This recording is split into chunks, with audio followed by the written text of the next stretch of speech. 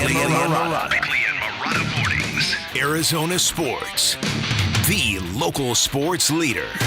Bickley Blast. The Miles Bridges dropped 41 points on the Lakers last night in a truly dominant performance, which begs the question, how recent is your bias? How movable are your morals? Do they come with training wheels? Because as we get closer and closer to the trade deadline, I continue to wonder about a rental player who pled no contest to brutal acts of domestic violence. Then he allegedly broke a restraining order by throwing billiard balls at his ex's vehicle, which if true means he is too troubled to care about second chances. So, is he really a good fit for the Suns, or is he the best possible player they can acquire for pennies on the dollar without losing any real capital in return? I said it yesterday and I'll say it again. Mat Ishbia received a quick lesson in Valley PR when he floated the Isaiah Thomas trial balloon shortly after he took over. So he kind of knows what's at risk here.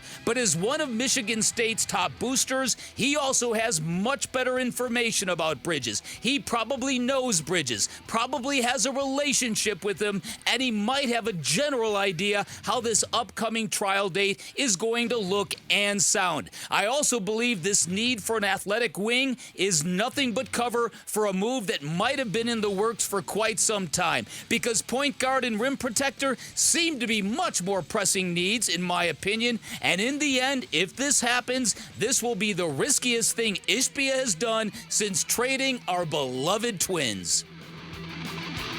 All right, today's Bickley Blast brought to you by my great friends at Chapman BMW, who make luxury attainable. Find them online at chapmanbmw.com. It's a fascinating potential dilemma, is it not? Oh, is it ever? And maybe fascinating is not the right word because of the severity of the charges, but the timing of it makes it dicey for anybody involved. And look, there's numerous teams that want to add Miles Bridges because of his price tag of $7.5 million, the fact that he is a pure rental, and the fact that with this timetable of legal proceedings makes the price tag for what you need to get him a little bit smaller. But the question where it comes to me is if the Suns, and I'm not going to sit here and advocate one way or the other.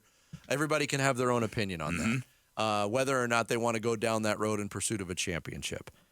But it just seems to me, as we get closer to the deadline, that lure of a championship, that carrot that's out there in front of everybody, it starts to change your thinking a little bit. And I think there are teams that are better equipped to sweeten a deal for Miles Bridges. He's going to be playing somewhere. Unless this February 20th hearing comes back with bad news. But he will be traded. And if he's got veto power, it means he can kind of help dictate where he's going to go, which would be the ace in the hole if you were the Phoenix Suns.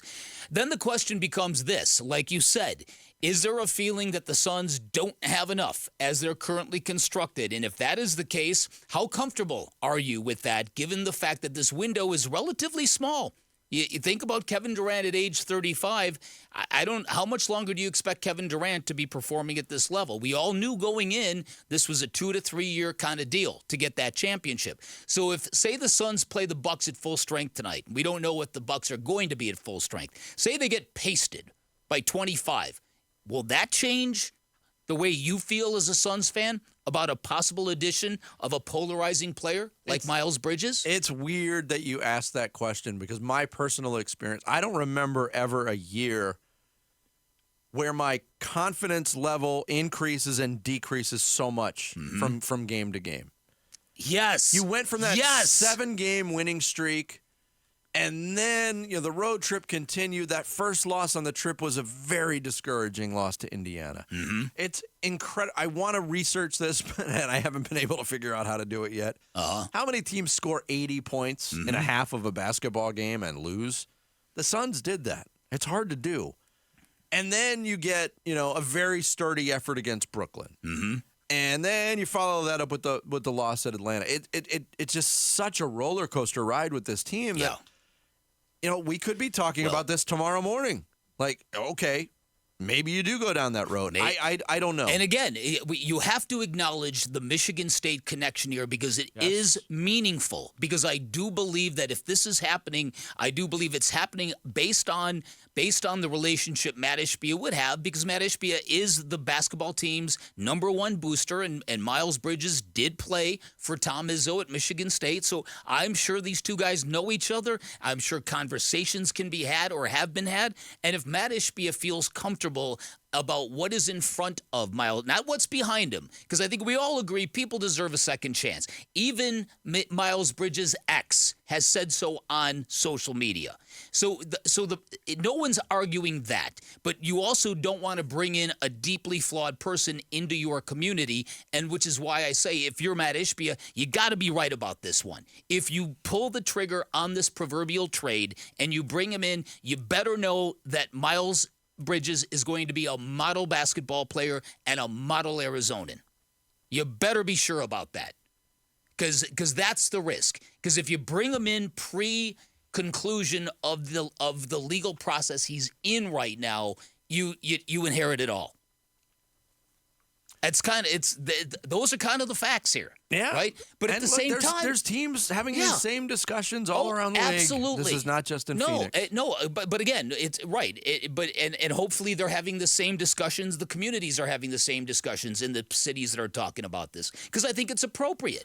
But at the same time, he is charged with delivering a championship to Phoenix, Arizona. And if you look at this basketball team, like Vinny said, it kind of changes on a night-to-night basis. And I know the fan base is mixed. I used that anecdote yesterday. Just last week, as I was leaving a gym I rarely ever go to, some guy just screamed at me, "We need Bridges, Bick! We need him! We got to have him, man! We're not going to win anything without him." He was talking about Don Johnson's television show, Nash Bridges. No. With Cheech. Right. It's interesting that so many teams are potentially interested in Miles Bridges now when no one was interested in him in the offseason, and he had to sign the qualifying offer from Charlotte to get back in the league. Mm-hmm. I do wonder if the Suns look at this team and they see this. They obviously see all the same ups and downs as we do, and they're thinking, we need this offseason to assemble this team. This was almost like a test year with the big three. We signed all these guys on either one-year deals or team option deals. We're going to have to remake the roster anyway. Yeah. That's when we put together a championship. Now we know what we need in the offseason, and maybe they don't go all in on the But there's deadline. there's no way. What are you going all in on next year? If you've got Bradley Beal, Kevin Durant, and Devin Booker at maxing out your payroll, what are you going all in on? You're not adding Miles Bridges. Not adding Miles Bridges now and then signing different kinds of players this offseason. That's going to happen regardless. Yeah. There's so many one-year guys that aren't working out right now that those guys are going to be replaced by a new crop of one-year guys. Exactly. So, and I don't think you can. How picky are you going to be able to be? Only moderately so. There'll be some guys who will want to be part of it. And like you said, there's a lot of one-year guys that this hasn't worked for that will not be here. It's fascinating because tick tock, trade deadline right around the corner. But another name that's been linked to the Suns, a couple of other names. I mean, Miles Bridges is a very good basketball player. Mm-hmm. Nobody can begrudge him of that. And again, 41 points last night.